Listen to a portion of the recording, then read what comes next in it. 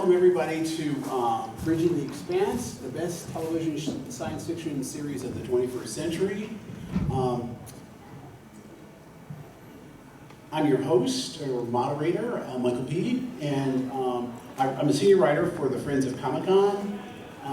And I've made a visit to the Expanse set, courtesy of the person over here to my left, who will introduce himself in a bit.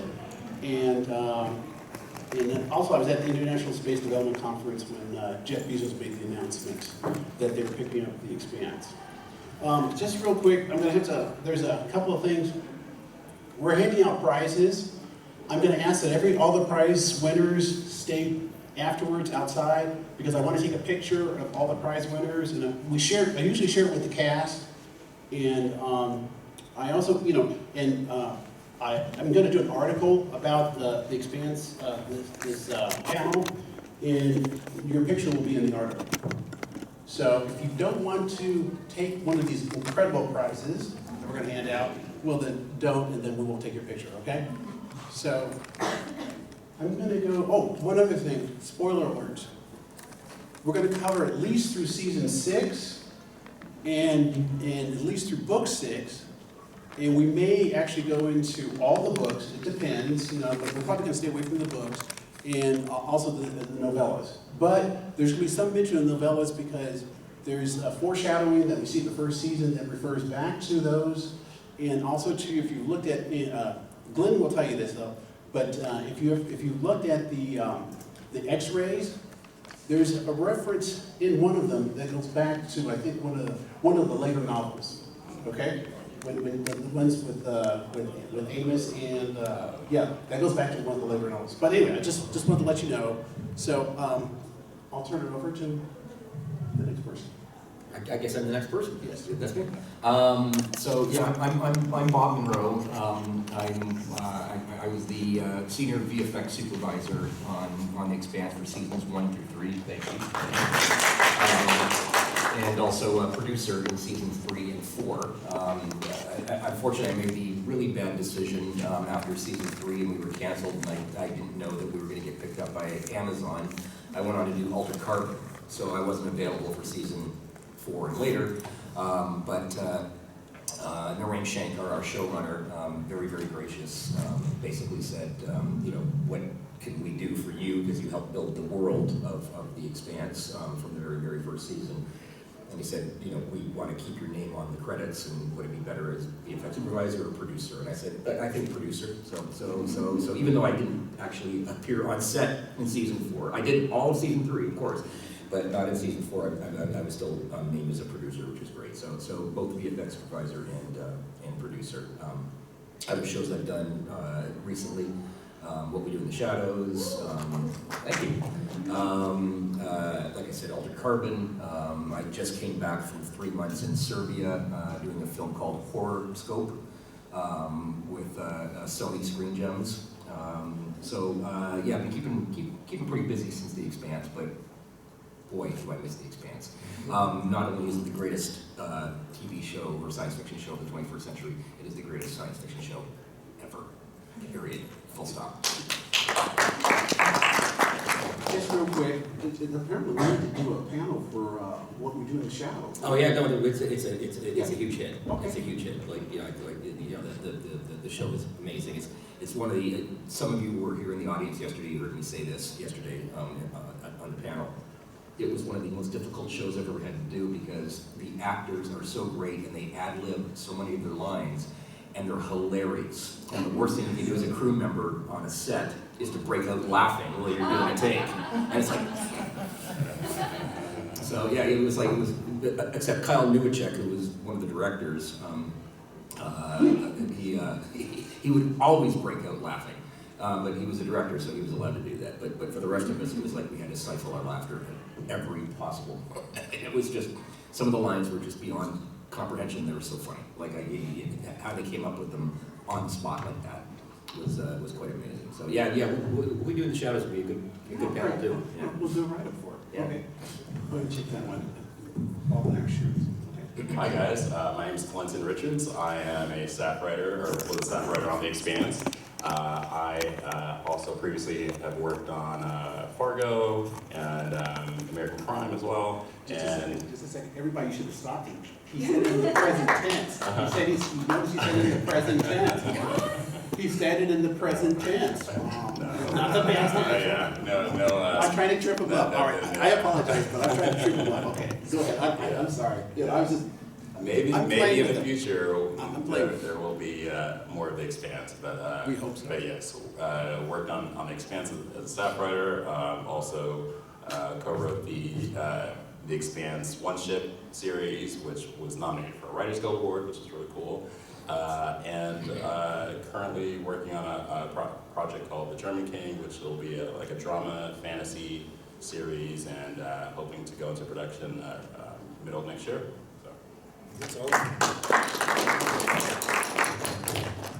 Beltalota, welcome in good company.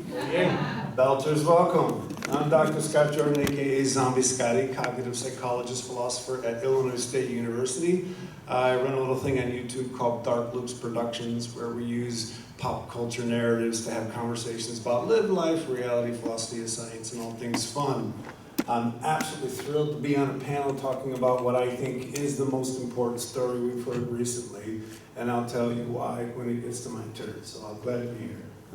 My name is Julius Vladimir Francisco. I'm the youngest member of TISCAL, otherwise known as the Southern California School of Writers, which is Ray Bradbury's group. I belong to 2.0, the version 2.0 of that group. Sold a couple of films in AFM. I was one of the original YouTubers, so if you ever watch the Morgan Freeman's Through the Wormhole or the Universe, I interviewed a lot of those guys. So, yeah. I have a quick question. This is a really hard question. I don't expect even. Oh, the first question. Who's read all the novels? Okay, yeah. All the novellas. Novellas, all the TV shows. Okay. You're outing people. I just, You gotta be careful, man. I had to check, right? So that we just have to be careful. That's all. So here's a listing of all the printed works, just real quick. There's the reading order, and then there's the publication order. Okay, as you notice, they're a little bit different. And if you, I'm sorry. Can everybody hear me all right? Okay. So just real quick, remember, and I said this about the foreshadowing. If you remember all the different shows, we saw in the first season, I think we saw the foreshadowing when Avisarala was on the rooftop with her grandson. That was amazing foreshadowing, wasn't it? It was absolutely perfect. And if you've not read the books, you didn't know what they were talking about. But he let us know, and I always like that. I think Lorraine is really good about that, the foreshadowing.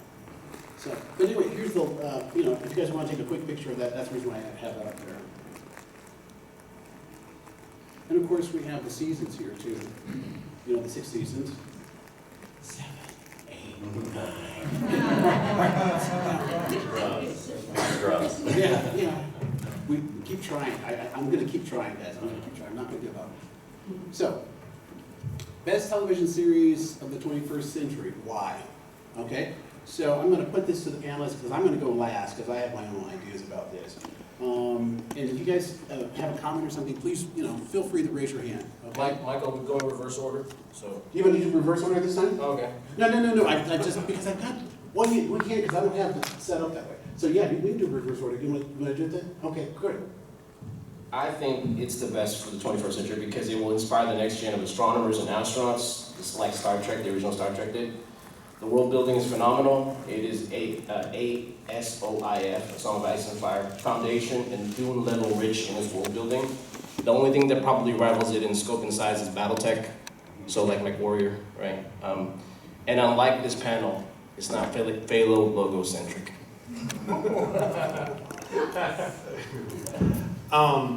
I was stunned when I started to watch The Expanse, and then when they introduced the proto-molecule and you discovered what it was, I recognized that I was seeing exactly what our culture needs to see right now, to understand that 80% of the world's population lives in holist worldviews.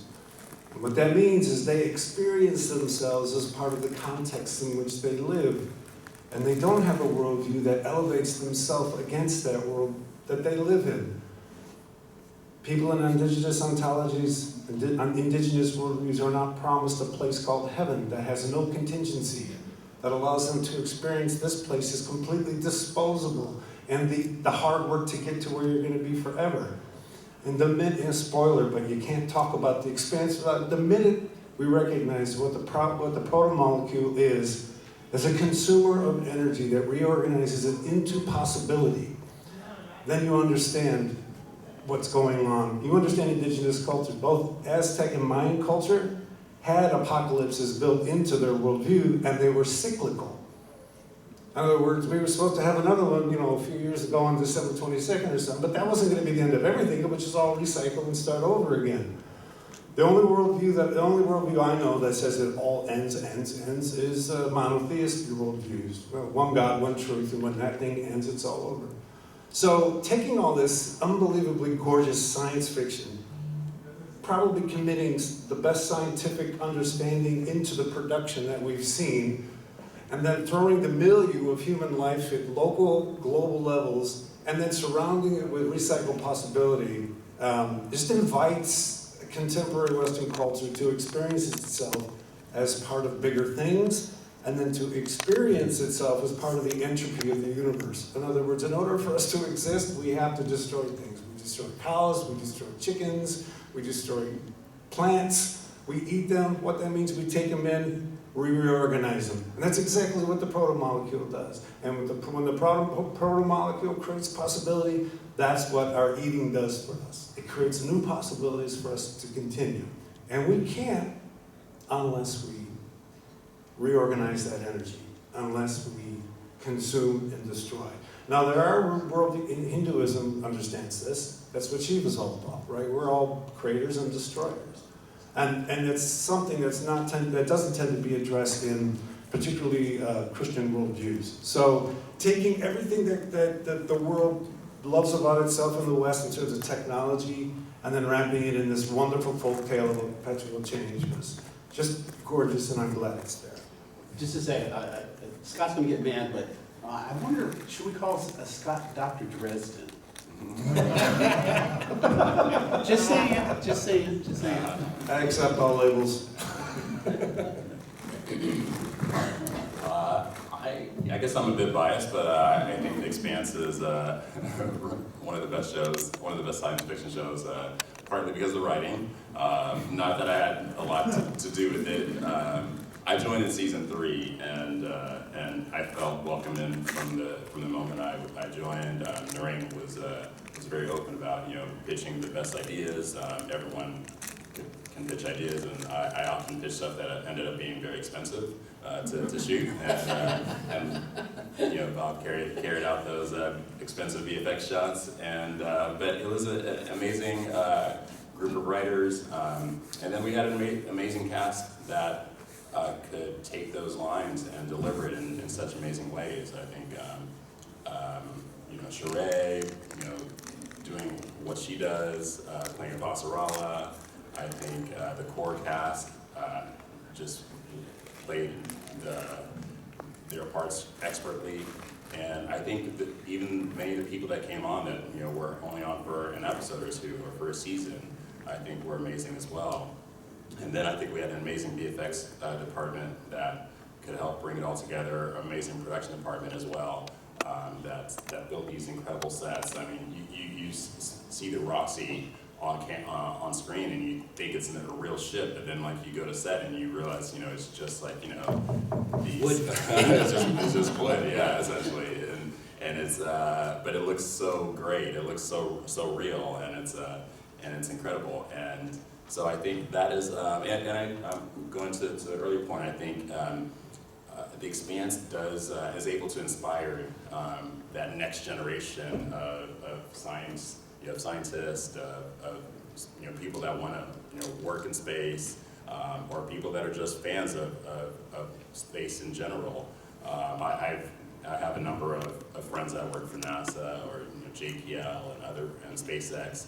And it's funny, when I meet them, or when I've met them, they've often like freaked out once I said I worked for the Expanse, and it was just kind of cool because I was like fangirling about them working for like NASA and SpaceX, and then they like freak out when they hear that I work for the Expanse. And so it's really cool to see that people that are currently working in the space industry have watched and appreciated the Expanse. Well, you know that the Expanse did a panel at Caltech, right? We did. Yeah, and then they also too, the writers were invited to Google to give us a talk there, which was by the way, super well attended. And then Narain and Mark were invited to Google as well. Yeah. So I mean, it's. My Caltech buddies are a big fan of your show. There's a girl I dated, and she has like a part of the Nobel, like the LIGO, so that they love your show. Sorry, who's that? Yeah, they just No, I was love gonna it. say, because, Like, and not just with space, even like my buddy that does biology and notch signaling, Right. like they're huge fans. no, I was at that panel at Caltech, and Jessie Christensen, an astronomer, scientist, PhD, she was on the panel, and she said her husband was on the panel too. And they said when they saw the Canterbury do a flip and burn, they jumped up out of their seats and went, somebody's finally got it right. Ships don't go like that in space. So it was an amazing moment to see like real scientists appreciate what we did. I believe they called that an orgasm. Yeah, they did, yeah. Yesterday, what you didn't know, in fact, my sister was here, and she won a prize for NASA for like one of the best design websites for like undergrad. She went to Cal Poly Pomona. She's a huge fan of the show. Now she's the main SQL for Nintendo. So thank you for everything that you do. But they also did too, the other, they also did a special program at the observatory at Griffin Park. And so they invite the Expanse people over there. Because I remember at the Expanse, at the wrap party for the third season, they had, she was there, and she actually told me something about space in trillions of light years and stuff, and my brain fell out of my head because it was so esoteric. Oh, that's what happened to you. Yes, that's the excuse. That's my excuse, and I'm living with it. No, but it's phenomenal, the love that you guys have. And I've always said that the Expanse is the Star Trek of the 21st century because of what it's going to do. Because Star Trek, look what spawned from Star Trek. Look what Nichelle Nichols did. In terms of getting minority women into NASA. I mean, she opened up that whole thing, and so that's what it's capable of doing. And I think that the impact of the Expanse, we're not going to know that for a while because we're still a little bit too close to it. I still don't think you guys have seen your zenith by any stretch of imagination. I'm sorry. No, I would agree. And here's the thing that a little bit of insider information. Unlike pretty much any other show I've ever worked on, whether it be a film or a TV series, the people who funded the production, so Alcon Entertainment, Sci-Fi at the beginning, then Amazon after, they stayed out of the way. They gave Narain free reign, pardon the pun. They gave the writers free reign, so you've got working with geniuses like Glenton and Hallie and Georgia and Ty and Daniel and Narain. It's just like the words on the page were an absolute joy to read. Even though I'd read all the books, the words on the page were just a revelation. Very inspiring for me as a visual artist. I don't write. I can't write a grocery list. But I can tell stories visually, and I still remember very early on when we had to do the Canterbury flip and burn, and I'm thinking that was such a foreign thing to me because I did grow up in the Star Wars, Star Trek world where spaceships banked, and so I'm thinking of flip and burn and how do you tell that? How do you make it interesting? And I had 11 different visual effects vendors that I hired for the series. And one of them was aptly named Rocket Science VFX in Toronto. And I called Tom Turnbull one day when I was seeing versions of the flip and burn that just weren't working. And I said, look, I just think about it as a train barreling down a track, and there's a drone flying around at 360 degrees as it starts to flip. and keeping it dynamic and moving. And it was like, that was a major revelation for me. And Noreen never said, no, don't do it that way. Noreen encouraged that. You know, for season 2, for episode 4, where the Nauvoo is, you know, stolen, and Fred, was that Godspeed? Godspeed. Exactly, yeah. So Fred and Drummer, you know, are engaged in taking the Nauvoo away. Before we started filming that season at all, I was in my, when I'm filming in Toronto, I rent a condo. I don't live in Toronto, I live a couple hours outside of Toronto. But I was in my condo, and Rain called me like one morning, and he goes, okay, the launch of the Nauvoo.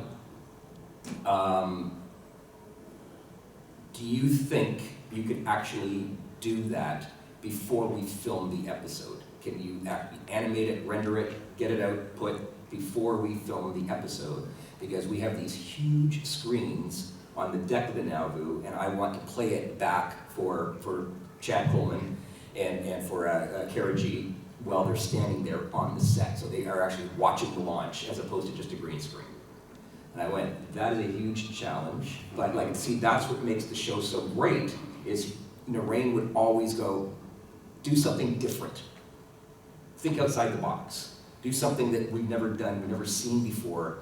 You know, and he was on Star Trek, he was on CSI, he's done a lot of great things, but he just kept saying, do something new and take a chance. And that's what made the show so great, is so that day, like, when you see the launch of the Nauvoo in episode 204, that is not green screen. That was actually being played back in real time. And Chad and Kara were like able to actually see the whole launch. And then I would say, can I do a little thing like just, can I torch a drone as it goes past the the engine, and you'll see like those little details of a drone, one of the drones that put the Nauvoo into place. All of a sudden it just explodes because it gets a little too close to the engine. So it was always everything, every idea was invited, and I think that and nobody at a studio like Sci-Fi or Amazon or Alcon, nobody said no, don't do that. They backed off. They got out of the way. And again, I give major credit, pretty much, to Noreen. And something else that never happens, and you think it would, but it never happens on a TV show or a film, and that is the writers of the originating material are invited into the writers' room. That never happens. I did Altered Carbon. I never met the author of Altered Carbon. Whereas on The Expanse, Ty and Daniel were in the writers' room with Glenton and Howie and Noreen and Georgia, and it can be one of those things that is a recipe for disaster.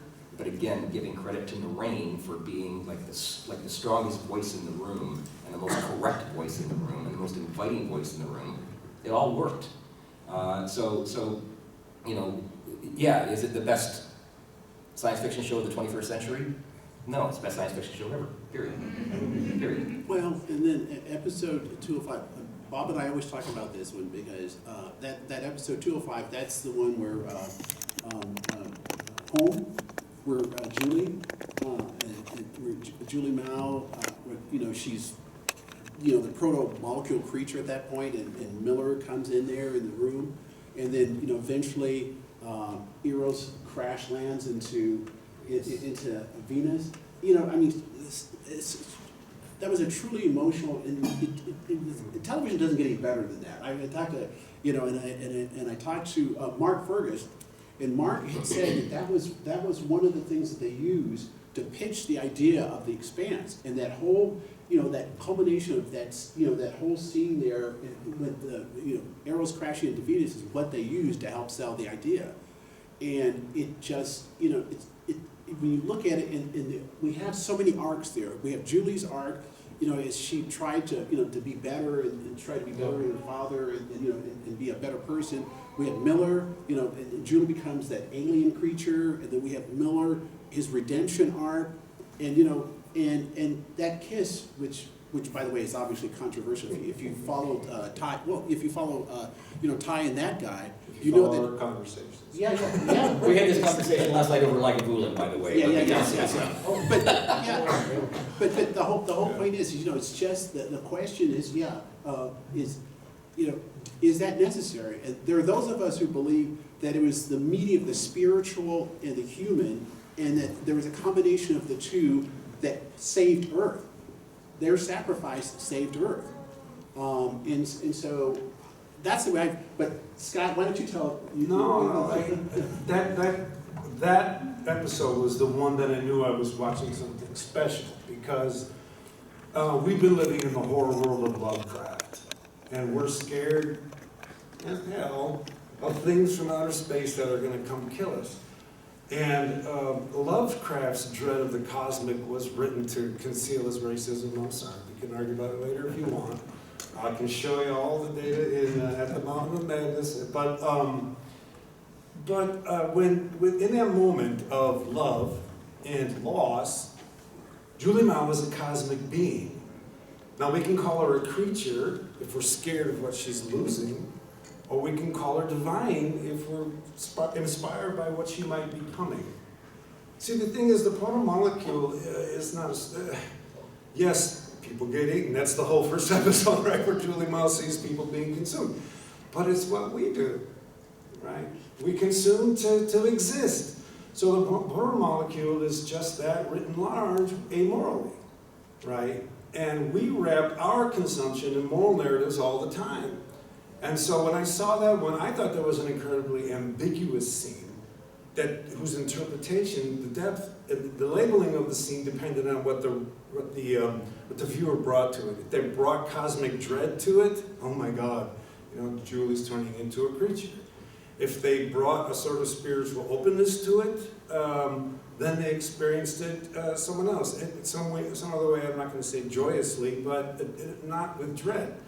And for me, that tension is what, dare I say, good art is all about. Is getting you to the point where you get revealed more than the story. Well, and that goes back to, just a second, Julius, right after. But that goes back to, and this is this major spoiler alert for the books, okay? Just telling you up front. But that goes back to what happens is, there are those of us who feel that Holden made the wrong choice. Mm. All right, yeah, and then, well, Julius. Holden makes a lot of wrong choices. Yeah, okay. Is he a villain or not? That's another question. But Julius, go ahead, Julius, yeah. Oh, please. So my main thing is like how to expand it. The reason why it works is because it's able to be a conglomeration of all these spectacular ideas, right? It's not necessarily original in any sense, but it's a perfect combination. When we talk about like relativistic kill vehicles or Matryoshka brains, it's like Purnell and Niven talked about that, right? With the initial hook of the Expanse story is basically a film noir story in space. Yeah. Because you have this detective, and he in love with his test subject. So it's Laura, right?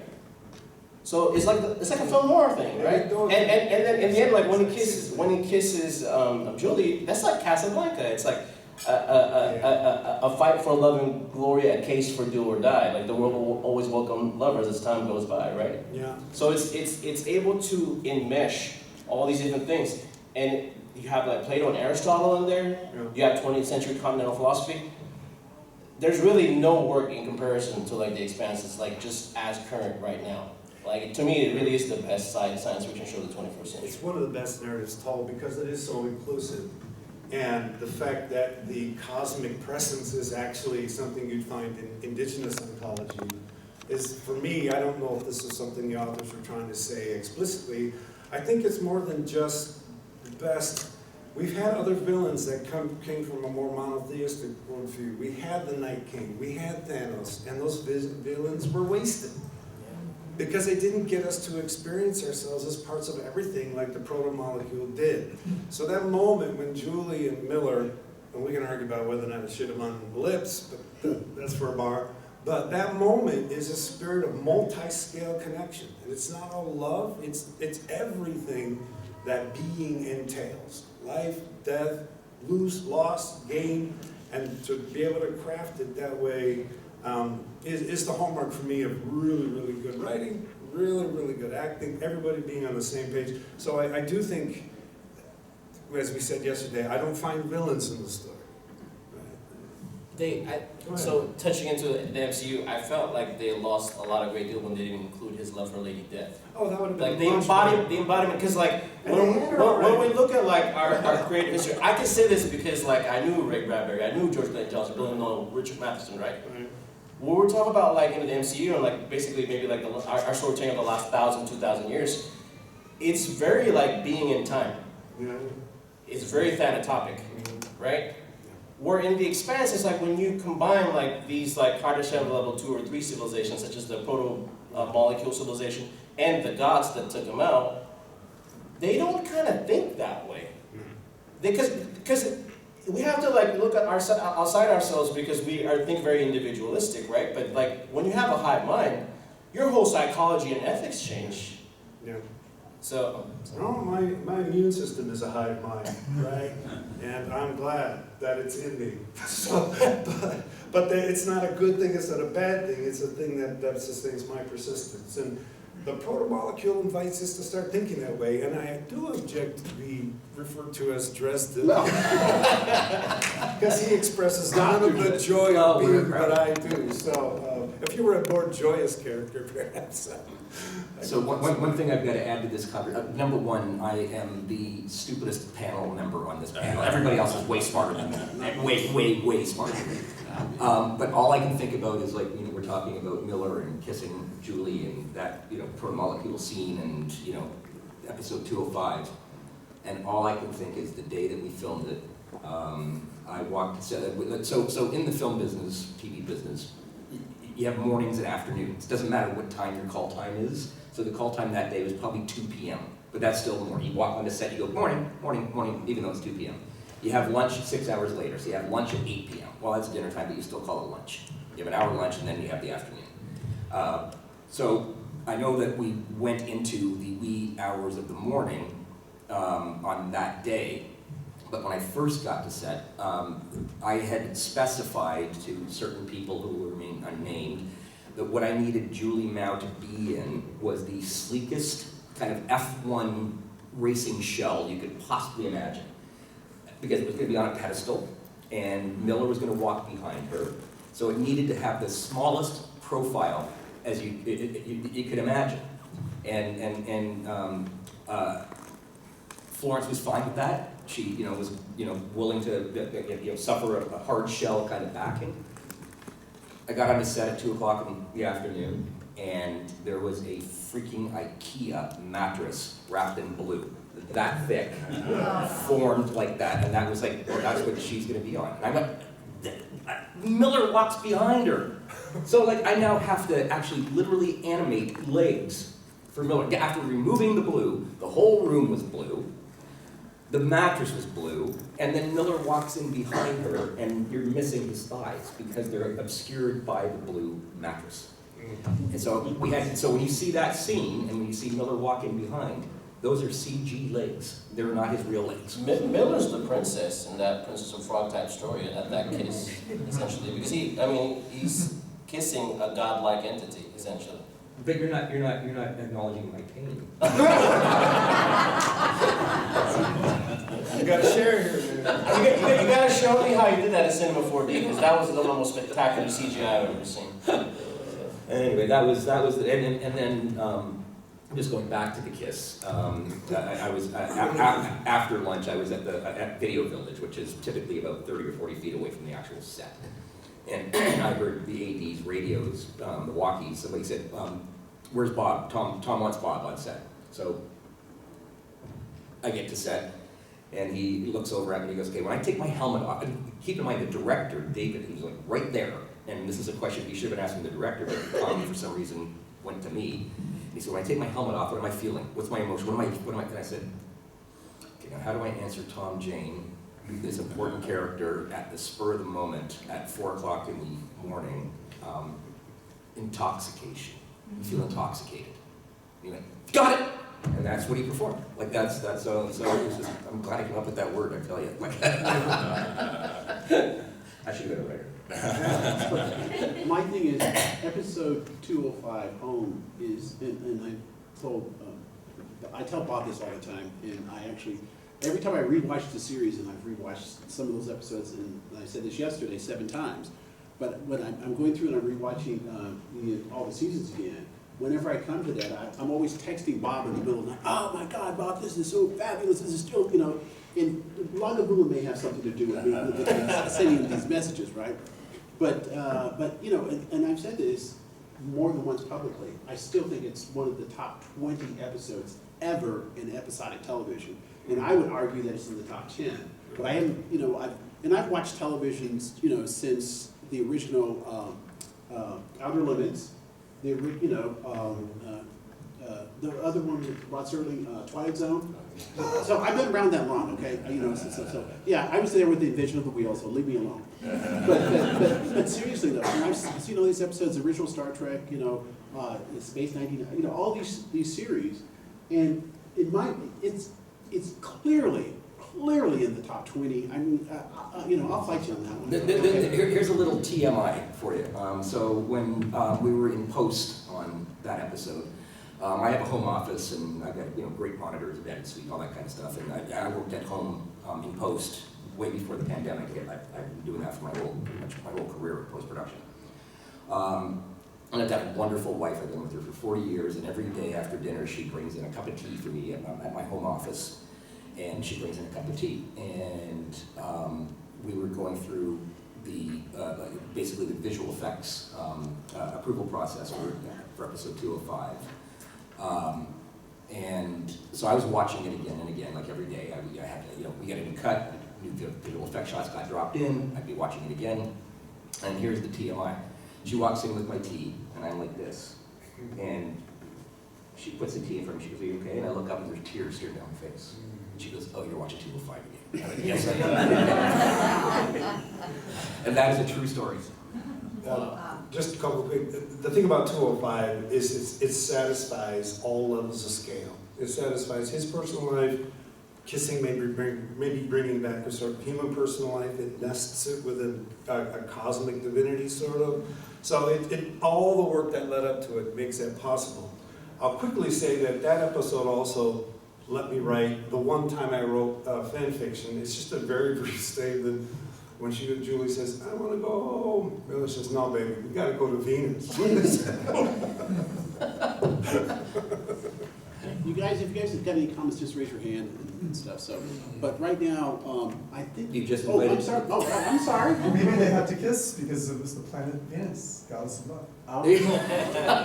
Just the obvious, right? There you go. Glenton, I think he deserves a prize. Absolutely. See me later, I have some friends. Yeah. Yes. Make sure you see them because they're really good. Okay. But all right. I think I'm going to go out on a limb here and just to point out a couple obvious things that he already talked about. And I mentioned this before. The showrunner, Narain Shankar, he went to Cornell at 16. Okay. He graduated, when he left Cornell, he had 2 PhDs. He had one in electrical engineering and another one in applied physics from Cornell, okay? Wait a second, didn't you go to Cornell? No. You're Stanford. I went to one of the lesser schools. You're Stanford. But seriously, so that's a standard that you guys were, reaching for, and I think in this one, and I think, so we have this thing here, and they're all pointing to why, but the reality is, I think we have the gestalt here. It's all of them together. It's something that happened because, as you said, you don't bring in the writers of the novel. You don't do that because they have a control, and they don't want to let it go, and it has to be a certain way. But it's an entirely different medium. The difference is with Ty and Daniel, they both realized they didn't know how to script write. They had enough humility to realize, hey, we don't know how to do this, let's learn. And they were more than willing to learn. And in fact, I mean, you couldn't get rid of Ty at the end there, could you? No. Because Ty was up on the set. Daniel was actually at home, and Ty was on the set, right? Yeah, Ty was there all the Yeah, time. he was up there all the time, because he actually loved learning and doing that stuff. And their respect for Narain was beyond, like, if we didn't have a strong showrunner like Narain, that would have been a disaster. because they would have wanted every word from every page in a script. And, you know, every episode would have been 4 hours long. Yeah, but Lorraine walked them through that because he knew this. So long as he explained it to them, right, that they would get it. If you've ever, you know, I've met Lorraine a couple of times and stuff like that. He's really a very humble guy, but don't ever be fooled by it. I mean, seriously, this man is like brilliant, okay? I mean, just there's no other way to describe it. He's freaking brilliant, you know? But he's so humble, and you could be fooled by that, but don't. He is like he's one of the smartest people I've met. You know, and I went to, you know, a fairly decent school. You know, no big. Say it. You know, Say it. I went to Stanford. But I mean, I know brilliant when I see it, and I mean, he's up there. He's up there with you know, the people I knew from school, you know, that have gone on to do other things now, you know. Mae Jemison, for instance, you know, first female black astronaut. She's done amazing things since then. We were in a play together in college, okay? So I've met brilliant people before. I know he's brilliant, okay? He doesn't fool me. He tries to fool me, but I go like, no, I know he's brilliant. Don't even try. Which here's another anecdote for that. Like, and, you know, I apologize for the kind of behind the scenes anecdotes, but yes, Narain is absolutely brilliant, and Ty is a very, very difficult man to please. The episode where we introduced Epstein and the kind of invention of the Epstein drive, where it worked, and he could never turn around and come back. We have all these gauges that were all green screen gauges, and I said to both Narain and Ty, okay, I need to, you know, what numbers do I put in here? Like, you know, how fast is acceleration, and what are the G-forces and all that? And they said, you figure it out.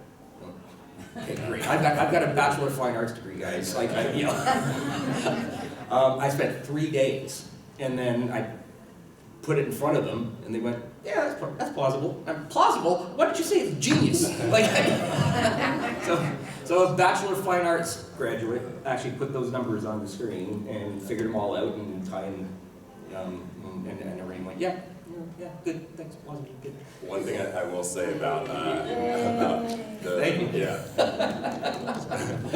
One thing I will say about the writers' room, it was Narain is a genius, and what's great is we had that technical engineering expertise in the writers' room, and then we have people like Daniel Abraham, who's one of the co-authors of the book series, who is very philosophical and very just like thinking about like the human condition and emotions and to an extent Ty as well. And so you had those two dynamics of like the very like technical, math-driven, and then the emotional and psychological nature of humans. And so you could bring those together into this amazing show, because you could get things like, you know, launching the Nauvoo or the Epstein drive, and then also what is Miller thinking as he's, you know, searching for Julie Mao, and like what's his kind of what's his emotion after going through these, you know, weeks and months of searching for this person and finally finding her and realizing that his life is doomed at this point now. And so it's a lot of those pieces coming together is what really kind of made our scripts into you know, such a great moment. Do you remember too, everybody, one of the most brilliant moments ever was silence. And the silence is when Diogo understood the sacrifice Miller was making for him. Remember, that's the only time he ever shut up. It is. You remember that? He looked at Miller, didn't say anything, and just that emotion, you know, all the things that were going on there, but he didn't say anything. He didn't need to say anything, you know, but he knew the sacrifice that Miller was making for him. And it was wonderful because of silence. You didn't, you know, sometimes it's not what people say, it's what people don't say. And that was, to me, that was one of the most brilliant moments and stuff like that. And he actually did a good job on that. Andrew Rutillo, the person who played Diogo. And he actually had some really key moments too, because, you know, did you guys ever notice this is my thing, the secondary characters were all wonderful. You remember the one guy, Champa? I mean, in that one, I think, was it the Weeping Somnambulist or whatever, you know, when Naomi went out, and then, you know, the guy, the big guy? Yeah. I think his name's Gunga Sinj, I think is his real name. Yeah, I can't remember. But the performance was flawless. Like, Yeah, perfect. it was brilliant. I mean, but see, that's the whole point. This show, the so-called secondary characters are all so well written and so interesting. They're just, you know, just like when you're there, it's like, you're caught up in that moment, we're in that world with them, you know, because those guys are so good. Yeah, Gore Vidal had a sentence about that, where most writers, they can only handle about like 5 characters at one time. And you got guys like Tolstoy, and their actual like side character is like an actual character, like an actual human being. I can only think of maybe like Tolstoy or Togashi of like 100x100 that is like kind of like The Expanse, where like even the side characters, even the side characters is like they're so fleshed out that you could write a psychology book on each one of them. Definitely could. Can I ask another question? Can we get this guy real quick? Okay, I'm sorry. Yeah, I like that you mentioned that Diogo moment, because later in the Leviathan, in the ring space, he actually works that moment when he's radicalized, and he recalls that as Miller saying, "You are the future Diogo." So it's great that like he has this arc as well, where he takes this important moment and kind of twists it. Yeah, that's in front of the Miller painting? Yeah, I wanted that painting so bad that I wanted to take it home. My wife said no. It's like, look, I mean, it was gigantic. So, Yeah, can I ask a quick behind the scenes, and I don't know if any of you can answer, but in the, I think it was the finale, the sci-fi character tributes on the screen as to who was dying. How did that come about? Was there any resistance? No, we got this serious show going, we don't want to do that to it. And what was going on in the writer's room, if anyone knows, when they decided to do that? We always like putting in Easter eggs into our shows, so Okay. so it's like it's kind of like an unspoken thing for by season 6 when this episode happened. It was basically an unspoken thing where it's just like, you know, we want to have as many fun Easter eggs as possible, and so. Glenn, does everybody know what they're talking about? If Yeah, you're just, gonna set no, it, no, yeah, no, okay. go ahead and set it. Yeah, so basically when, you know, it's the final, basically the final battle, is the launch into the ring space, and you have all of these pods going down to the ring, and basically, you know, a lot of them are getting shot, and so you see at one point, it's like just like a couple seconds on screen, but it's like these names are blacking out as they're being, you know, killed off. And you have some of these like famous, you know, sci-fi Riley. characters, Riley, Riley. you know, and, That's like the most legendary assault team of all time. Yeah. So it's a pretty fun moment for It was for so audiences, full of respect and yeah. tribute, and I did a podcast on season 6, and I actually screenshotted that.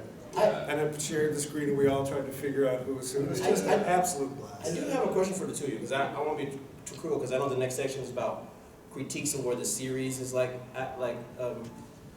or whatever. I do have a question, because the book series doesn't fail in this regard, because Holden is, well, even in the show, he's like a mixture of all races put together, right? But I did notice, like, as great as like the female representation is in The Expanse, it was awesome, like all strong females, right? And like believable, not like a Mary Sue, right? It does follow kind of that wacko trait in cinema, because I noticed it, like when I watched, and I don't think it's conscious. It might be subconscious. It's like all the minority men are either villains, they die or they die first, or they're kind of eunuch side, you know, like Jules Pierre's a villain, Courtyard is dead, right? Admiral Southern killed, Augusto Nguyen villain, Heroic sacrificed dude when they were in the freighter, minority guy. Shang-Chi, he's a wacko Martian Marine, he got vaporized. Anderson Dawes dead. They also killed Alex, which I understand, like, for the perspective of, but like, don't confuse like an actor for like the actual legend, you know? Yeah, I mean, it's. That's because like, that's yeah, the it was question. conversations above my, you know, pay grade in terms of, you know, what happened with Alex. But, you know, I think what we wanted to portray is that people of all races can be, you know, heroes or villains or somewhere in between. So we didn't want to say like, oh, because Jules Pierre Mao is, you know, a person of Asian descent, he's got to be a good guy or whatever. We can say he can be, you know, money hungry and chasing after the criminal for the wrong reasons. And likewise, we can say someone like Alex is an amazing character, and, you know, had things gone had things gone the other way, he would have lived likely to the end of the series. Understood. But yeah, it's like we want to show that that it's not like in past not in, you know, like in past shows where it's like all people of a certain race are good guys, all people of another race are bad guys, whatever. And so we wanted to really kind of show that diversity. So it's really, I think, like a testament to the producers, the writers, the casting department, to really kind of like reach out and looking for amazing actors that could also be, you know, portrayed. The only one that hurt me was you guys pulled a Johnny Rico and Duarte. Because like, I mean, like, you know, like Juan Rico and the original Stars and Troopers, like Duarte's like Filipino, like in the books. But it's I cool. thought Fred Johnson was a fantastic example of that. He's a man trying to make things happen in the middle of everything. And when you're any human being trying to make things happen in the middle of everything, you go where things take you sometimes. And we want to call it bad, wrong, but the dude's existing, and he's playing out his, what we might call morality. And I thought that was a great character. For sure. And we were talking about Diogo earlier. It was kind of a running joke in the writers' room where we're like, he's going to end up on the Iron Throne at the end of the series. Because Diogo was like facing death more times than, you know, anyone could count, and he like happened to live, you know, through all of those moments up until the end, and so it was really funny. But yeah. We've got a quick comment, and then we've got to do a quick wrap. Go ahead. I have a question. If you could compare Marcos Sonaros to any person in history, who would it be? Oh, man. He's a patsy. We said, Martha? We had this conversation last night. The thing is, what the beautiful thing, and I'm using it as an artistic, something that looks like, the beautiful thing about that character is he was the person that was willing to hurl rocks to earth. And if he hadn't hurled rocks at earth, Drummer would have never gotten the position she got. Because Drummer wasn't willing to hurl rocks to earth. What this means is that groups don't keep themselves going by being the same thing. Groups keep them going by people having different types of expertise that solve different problems at different times. And I love the fact that, you know, even though this might be the case, Drummer, there's respect for Marco and Drummer, because, you know, they're belters, and at the same time, she knew he had to go. And a lot of people knew he had to go. Why? He served his purpose. Because they're going to live, quote unquote, better lives because he hurled rocks at earth. I mean, they're getting to see the thing. So we can look at it individualistically, and we can say he's a bad guy, morally failed sociopath, or we can also look at the group that he served and say, now they got their piece. And that's usually what revolutionaries do, right? They're the ones that are willing to do the things that others aren't to get it started. I'm being descriptive here. I'm not being proscriptive, right? I'm describing how these things work. And it's not because we're all the same. It's exactly opposite. He's a catalyst for change. And someone's got to... It's a catalytic agent. Exactly. Well, the whole point is, remember, Earth listened to him. And, you know, because before, Yes. no one listened to the belt. But they had to listen to him at that point. Yep. The unfortunate part about it is that, you know, again, the person who's willing to do that, you know, Marco is a sleazebag. I mean, look what he did with manipulating his own child. And what he had his child commit murder of billions of people, literally. I mean, what kind of man does that to his child? Seriously. I mean, Bin Laden. Yeah, I guess I would say I don't know if I can say who Marco is as in terms of who he compares to historically, but I think he sees himself as like an Alexander the Great. Like he sees himself as someone that's going to lead, you know, these people to ruling, Earth, or not ruling Earth, but essentially like conquering, you know, this great behemoth of Earth and Mars. And so I think that's who he sees himself as. And so. And the whole pomp and circumstance of giving speeches, high amplitude speeches, to persuade people who are indecisive that they should feel good about doing this. Any one of those people could have shot him on that ship at any point, and they didn't because he was their spearhead. I mean, I'm not praising him. I'm saying, as from a group, that character, that's how those things serve groups, not individuals. Yeah, and he answered a certain call, you know, because it's I have to be very careful what I say here. I have to say exactly what I mean.